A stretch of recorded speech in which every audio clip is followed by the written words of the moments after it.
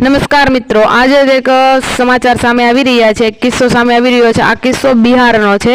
આ એક પ્રેમિકા છે, એ પ્રેમિકાએ તેના પ્રેમીનું પ્રાઇવેટ પાર્ટને કાપી નાખ્યો છે, કેમ કે આ પ્રેમીએ તેમની સાથે લગ્ન કરવાની તેને ના પાડી હતી। જે તમે વિડીયોમાં જોઈ રહ્યા છો, આ બિહારનો કિસ્સો છે અને આ મહિલા છે એ આવું કૃત્ય કરતા જરા પણ વિચાર નહીં આવ્યો હોય ત્યારે જ મિત્રો આ કૃત્ય તેણે કર્યું છે। તમે વિડીયોમાં જોઈ શકો છો કે આ જે વ્યક્તિ છે એ કેટલો દુઃખી થઈ રહ્યો છે અને આ જે લેડી છે એમણે તેમનો પ્રાઇવેટ પાર્ટને કાપી નાખ્યો છે, કેમ કે આ ભાઈએ તેમની સાથે લગ્ન કરવાની ચોખ્ખી ના પાડી દીધી હતી। એમના લીધેથી ગુસ્સામાં એનો પ્રાઇવેટ પાર્ટ કાપી નાખ્યો છે અને આ કિસ્સો બિહારનો છે અને આજે ખૂબ જ આ સમાચાર વાયરલ થઈ રહ્યા છે।